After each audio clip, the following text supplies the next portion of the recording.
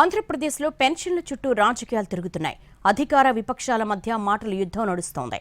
TDP కారణంగానే పెన్షన్లు ఆగిపోయాయని YCP ఆరోపిస్తోంటే, వృద్ధులకు వికలాంగులకు ఇవ్వాల్సిన డబ్బును కాంట్రాక్టర్లకు మళ్లించారంటూ పరస్పరం విమర్శలు చేసుకుంటున్నాయి. ఈసీ మార్గదర్శకాలతో బుధవారం నుంచి పెన్షన్ల పంపిణీ చేపట్టాలని సీఎస్ ఆదేశాలు జారీ చేశారు. వృద్ధులు, దివ్యాంగులు, వితంతువులకు ఇంటి దగ్గరే పెన్షన్లు ఇవ్వబోతున్నారు. ఆంధ్రప్రదేశ్ ఎన్నికల వేళ వైసీపీ, తెలుగుదేశం పార్టీల మధ్య డైలాగ్ వార్ నడుస్తోంది. అధికార విపక్షాలు పెన్షన్లను మీరు ఆపారంటే కాదు మీరే ఆపారంటూ ఒకరిపై ఒకరు విమర్శలు చేసుకుంటున్నారు.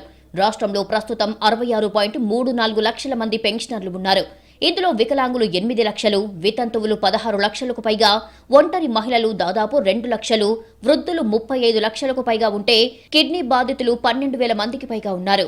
1వ తేదీన ఇవ్వాల్సిన పెన్షన్లు ఆగిపోవడంతో వైసీపీ, టీడీపీల మధ్య రాజకీయ చిచ్చు రాజుకుంది. 2 పార్టీలు పరస్పరం ఈసీకి ఫిర్యాదు చేసుకున్నాయి. దీంతో రంగంలోకి దిగిన ఈసీ ఏపీ ప్రభుత్వానికి స్పష్టమైన ఆదేశాలు జారీ చేసింది.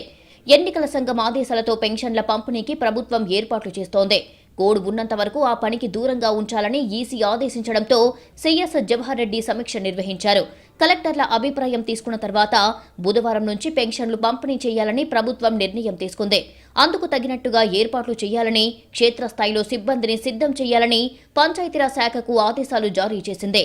ఈ మొత్తం పెన్షన్ల ప్రక్రియను ఈ నెల 6 లోపు పూర్తి చేయాలని ఆదేశాలు జారీ చేసింది రాష్ట్ర ప్రభుత్వం. ఆంధ్రప్రదేశ్లో వృద్ధులు, దివ్యాంగులు, ఒంటరి మహిళలతో పాటు వివిధ రకాల పెన్షన్దారులు ఉన్నారు. వీరందరికీ గ్రామ సచివాలయం, వార్డు సచివాలయం దగ్గర పెన్షన్లు పంపిణీ చేయనున్నారు. ఆధార్ కార్డును గుర్తింపు కార్డుగా చూపించి లబ్ధిదారులు పెన్షన్లు తీసుకోవచ్చు. దివ్యాంగులు, తీవ్ర అనారోగ్యంతో బాధపడేవారు, అస్వస్థతకు గురైన వారు, వితంతువులకు ఇంటి వద్ద పంపిణీ చేయనున్నారు. గ్రామ సచివాలయాలకు దూరంగా ఉన్న గిరిజన ప్రాంతాల వారి కోసం ప్రత్యేకంగా ఏర్పాట్లు చేయాలని కలెక్టర్లకు ఆదేశాలు జారీ చేశారు.